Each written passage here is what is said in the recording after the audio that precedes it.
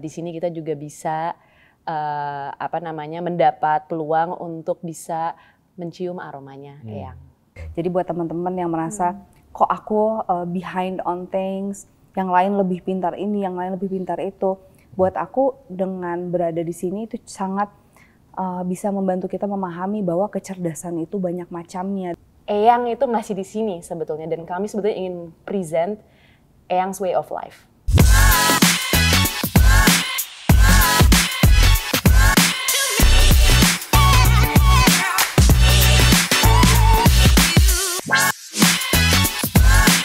Halo Bella Besties, nama saya Archie Wirya, saya cucu dari Eyang Titi. Kalau saya Nadia Habibi, saya cucu dari Eyang Baharudin Yusuf Habibi dan Eyang Ainun. Aku Putri, aku cucu dari Eyang Fani Habibi.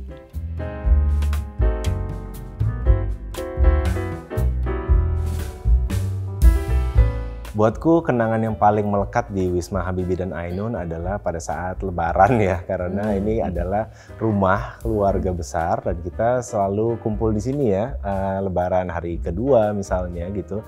Dan Eyang tuh selalu menyalami satu-satu, bukan hanya keluarga tapi juga masyarakat umum disalami satu-satu, dan kita ngobrol banyak sama Eyang Rudi, terus juga sama semua eyang-eyang di keluarga Habibi gitu. Bahkan nanti kita akan melihat spotnya mungkin ya. Betul. Ya. Alright. Kalau saya sih melihat ini sebagai rumah kakek dan rumah nenek saya. Jadi di sini banyak sekali kenangan yang personal, tapi lebih banyak sebetulnya di rumah yang rumah nomor satu kita sebutnya, rumah pribadinya mereka. Salah satu kenangan yang paling bisa dibilang memorable itu adalah ketika Eyang Habibi memberikan pesan ke aku, dan ini Eyang banget. Yang selalu bilang kayak, apa gunanya saya menjadi unggul kalau saya tidak bisa membantu keluarga, bangsa, dan negara. Nah, mungkin sebelumnya saya belum begitu paham ya apa yang dimaksud dengan Eyang. Tapi sejak Eyang sudah tidak lagi di sini gitu ya, itu memberikan aku semangat yang baru. Karena juga memberi pandangan yang baru ya Bella Besties gitu. Aku itu sebetulnya memaksa aku untuk mereflek gitu ya, apakah saya sudah menjalani hidup yang bermakna seperti Eyang Habibi.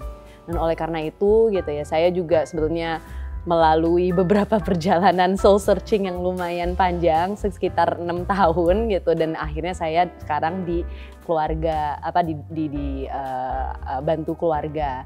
Dan disinilah saya ketemu di Wisma Habibi dan Ainun bagaimana saya bisa menjalani hidup yang lebih bermakna dengan mengenang Eyang Habibi dan Eyang Ainun, dan juga membagikan kisah-kisahnya ke berbagai generasi. Buatku hal-hal memorable itu hal-hal kecil ya yang kita jalanin bareng-bareng. Salah satunya yang paling memorable adalah sebelum Eyang sakit, itu kita tuh sempat lagi zaman Despacito. Terus kita berdansa, menari bersama Nadia. Aku inget banget. Nyari Despacito, dan Eyang suka banget. Dia baru beli Bluetooth speaker kecil. Terus itu dinyalain gede banget sampai sekarang masih ada sih itu Bluetooth speaker. Papanya Nadia datang, kok gede banget lagunya, terus Eyang kayak tetap joget-joget gitu. Itu masih ada videonya. Masih ada videonya, ntar kita pasang. Dan juga beliau suka banget, beliau bangga sekali dengan masakannya. Jadi one time datang lunch bareng di sini, terus habis itu dia bilang, ini steak Rudy gitu.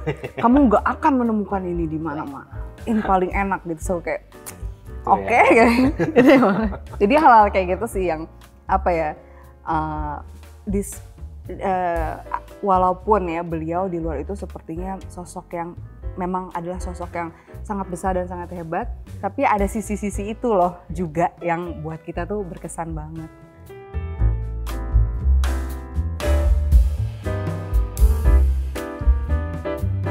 Iya, mungkin aku sedikit sharing ya, Bella Besties gitu. Kalau kita tuh mempersiapkan ini dalam waktu 2 minggu. Jadi ya lumayan kita agak ngebut, tapi kita juga ingin mengejar momentum. Momentum di awal tahun sebelum lebih banyak kegiatan lagi.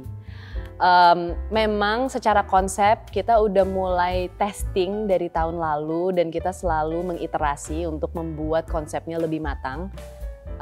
Alhamdulillah gitu ya, di awal tahun ini konsepnya aku rasa udah siap untuk di-share dengan publik. Dan maka itu kita abis itu buru-buru untuk mengeksekusikan dalam 2 minggu. Dan kalau boleh jujur, ini tidak mungkin akan bisa tidak bisa akan kita eksekusikan tanpa kedua sepupu aku. Mungkin sedikit backstory atau background gitu ya. Kemarin tanggal 29 Desember kita kan ada nih acara Cousin Hangout di sini. Karena kita juga ingin bersilaturahim dengan generasi kita, generasi keempat Habibie.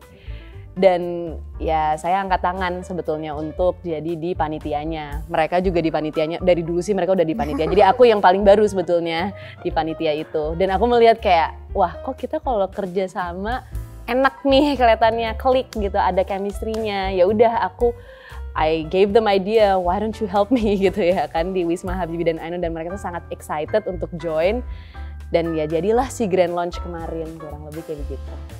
Yang pasti saling menyiapkan mental sih, karena ini kan akan go public, go online. Aku lebih dulu berada di ranah online, jadi kira-kira tahu gimana tantangan-tantangan di dunia online. Jadi aku dan Mas Archie bantu menjelaskan karena dia juga, dan saling menguatkan mental satu sama lain. Untuk ini once we launch akan beda nih tantangannya, akan ada added challenges-nya lagi yang harus kita hadapin bersama. Gitu sih, itu salah satu hal yang lumayan penting juga sih. Bener-bener. Ya kalau tantangan sih sebenarnya pasti akan ada ya, apalagi ini kan kita ngomongin tentang Habibie dan Ainun. Yang Rudy, yang Ainun punya track record yang sangat panjang dan sangat besar kontribusinya, sehingga animo masyarakat sangat tinggi sekali gitu. Dan kami menyikapinya sebenarnya dengan melihat ini sebagai bentuk syukur kami gitu. Jadi kita semua tuh dikasih semua makhluk Tuhan tuh dikasih nikmat gitu, dan yang perlu disyukuri, dan kami mensyukuri nikmat kami ini dengan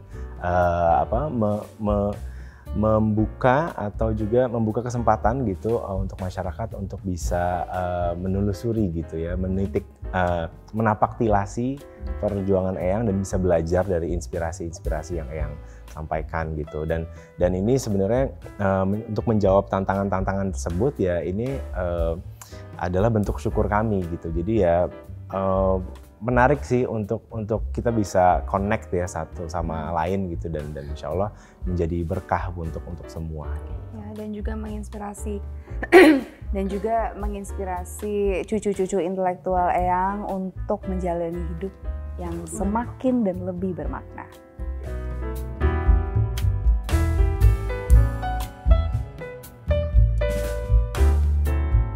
Wow. Semuanya beda-beda sih. Iya. Mungkin aku mulai dengan Mas Archie dulu deh.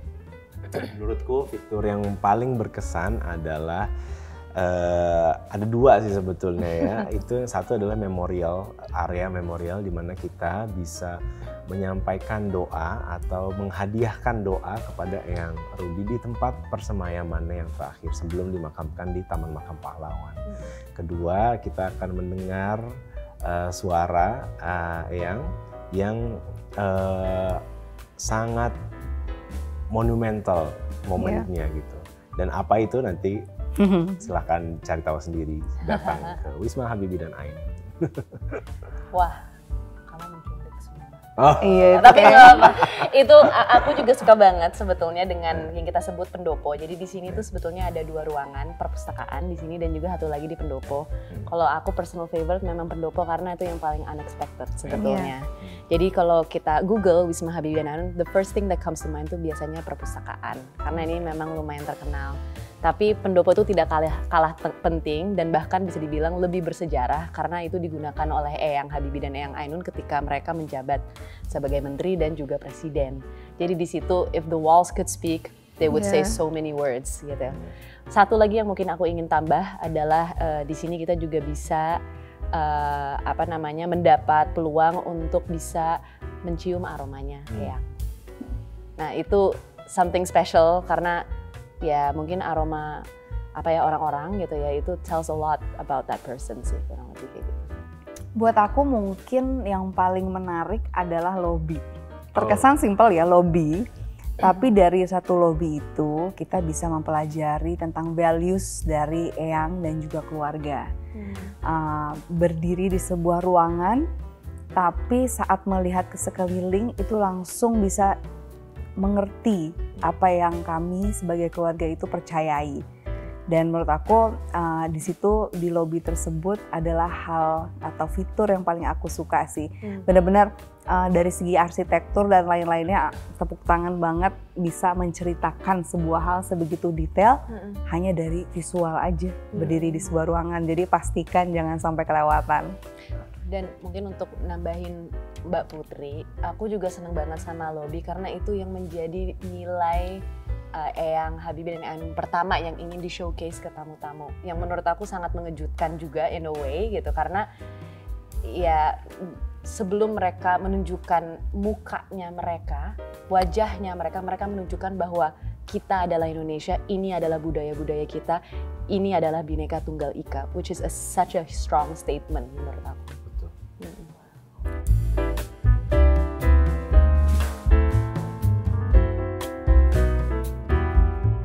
Menurut aku teman-teman muda di luar sana akan sangat mendapatkan manfaat sih dari sini, karena dengan melihat perjalanan dan juga apa saja yang tinggalkan di sini, kita terinspirasi untuk memahami banyak hal. Salah satunya memahami bahwa kecerdasan itu banyak macamnya.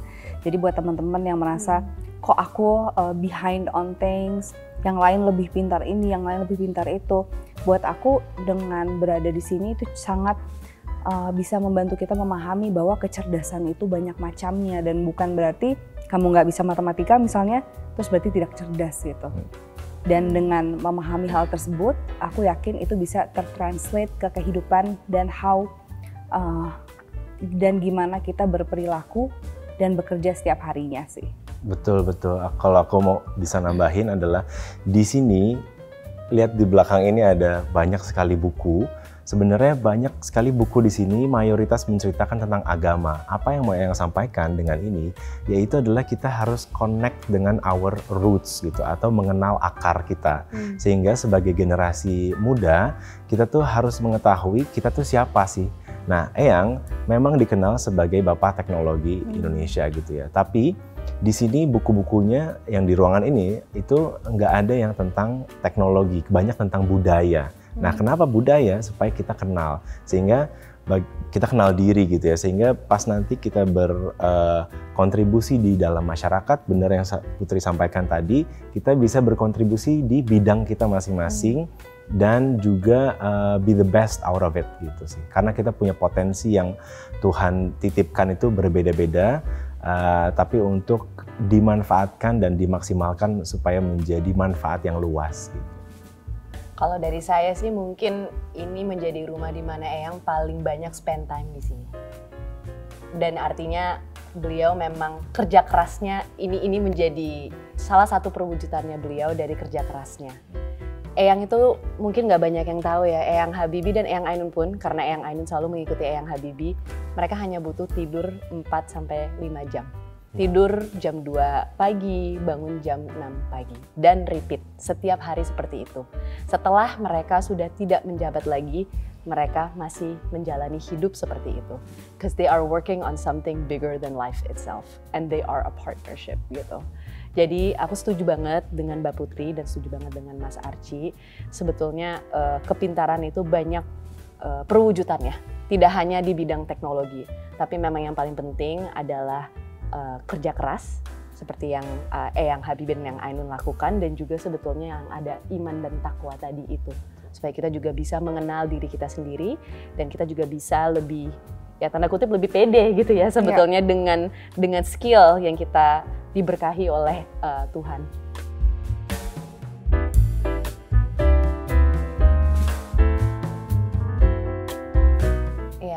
Mungkin aku ingin menyampaikan kalau Wisma Habibie dan Ainun itu bukan museum. Kita tuh sebetulnya rumah tangga, rumah yang memang pernah menjadi rumah untuk Eyang Habibie dan Eyang Ainun. Jadi yang ingin kami tawarkan adalah sebuah pengalaman atau experience yang memang bisa dibilang presidential tapi juga sangat hangat gitu. presidential karena memang kita bisa melihat karya-karyanya Eyang Habibie dan Eyang Ainun di sini, dan tempat ini memang sangat penuh dengan nilai cinta, intelektualitas dan demokrasi. Tapi di sini juga banyak orang-orang, keluarga-keluarga yang memang membantu untuk membuat rumah ini menjadi hidup lagi. Kurang lebih itu sih. Jadi misalnya saya sebagai cucunya beliau dan juga sepupu saya gitu, kita semua terlibat dalam Wisma Habibie dan Ainun. Dan juga misalnya butlernya yang selama 30 tahun gitu ya, very loyal ke Eyang Habibie dan Eyang Ainun masih bekerja di sini. Jadi orang-orang Eyang itu masih di sini sebetulnya, dan kami sebetulnya ingin present Eyang's way of life. Kurang lebih kayak begitu sih. Membukakan pintu rumah kepada teman-teman dan cucu-cucu intelektual Eyang gitu. Jadi kita mau berbagi sih. Betul, dan juga nilai-nilai sejarah ya. Sejarahnya sebenarnya Eyang kan memimpin Indonesia di masa yang sangat banyak tantangan dan di detik-detik yang menentukan. Di sini kita bisa melihat dan juga bisa merasakan di mana sih Eyang itu menentukan membuat banyak kebijakan di masa 1,5 tahun pemerintahan reformasi tersebut. Jadi nilai-nilai sejarah yang akan teman-teman nanti akan dapatkan di Wisma Habibie dan Ainun.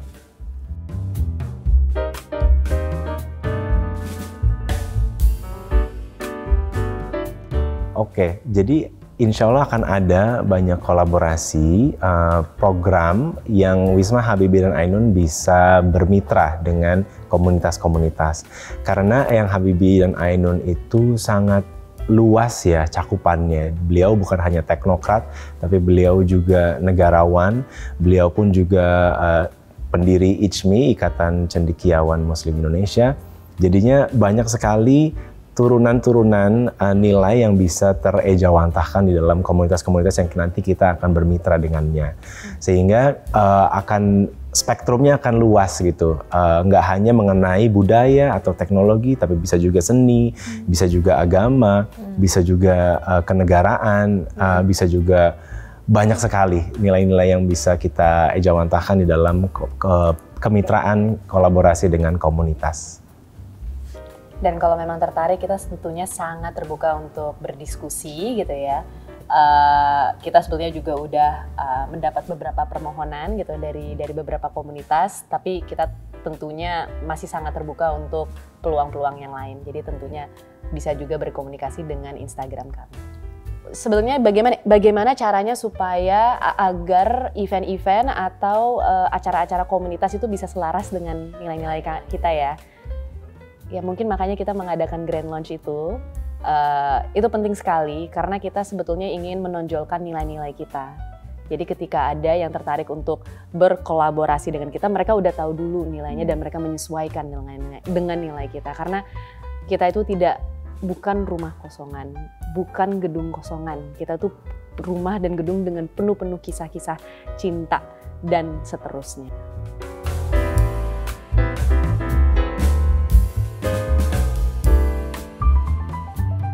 Kita kan masih baru sekali gitu, bisa dibilang baru grand launching. Jadi kalau saya sih mungkin ingin melihat ini secara bertahap gitu ya, per tahun. Tahun ini saya ingin sebetulnya kita bisa melaunch gitu semua program-program kita safely. Dan kita juga bisa terus merangkul masyarakat umum. Dalam 5-10 tahun ke depan saya harap gitu ya ada juga acara-acara atau aktivasi-aktivasi yang lain di luar WHA. Karena menurut aku sebetulnya brand Habibie itu lebih juga dari WHA. WHA adalah menjadi salah satu perwujudannya. Tapi banyak sekali hal-hal yang bisa kita lakukan di luar WHA atau Wisma Habibie dan Ainun yang bisa membantu untuk meneruskan legasinya Eyang Habibie dan Eyang Ainun.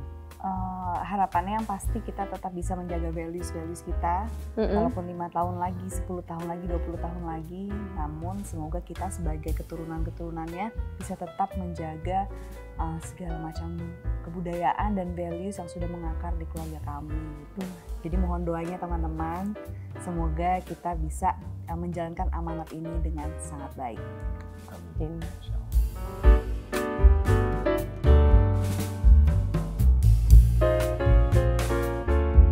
Rumah kalau aku, rumah karena Ya seperti yang tadi aku sampaikan, ini bukan museum, ini bukan gedung, ini sebetulnya rumah yang seharusnya terasa sangat hangat.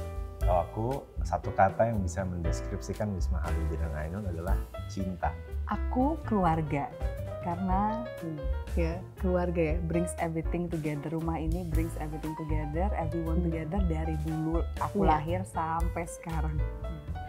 Hai Bella Besties, aku mewakili keluarga besar Habibie dan Ainun dan aku ingin berterima kasih atas antusiasme yang sangat besar. Kita udah menerima berapa banyak? Tembus 10.000. Tembus 10.000 ya. pendaftar. Terima kasih banyak ya. Ini tentunya aku sangat yakin Eyang pasti sangat bangga dengan kita semua. Bangga bahwa banyak sekali yang masih sayang dengan Eyang dan juga dengan nilai-nilai yang mereka perjuangkan. Kami memohon teman-teman, cucu-cucu intelektual, Bella Besties agar bersabar untuk menunggu gilirannya untuk ke rumah bersejarah yang hangat ini. Dan jangan lupa ya untuk menyaksikan di Instagram kita Wisma Habibie dan Ainun mengenai tur sejarah perdana di tanggal 1 dan 2 Februari. Betul, dan teman-teman kalau misalnya mau tertarik untuk mendaftar walaupun akan mengantri, itu di Instagram kami akan ada link di mana teman-teman bisa mendaftar dan juga akan membeli tiketnya begitu. Betul. Ya. Jadi untuk teman-teman yang mau info lebih lanjut bisa klik link di bio @Wisma Habibie Ainun.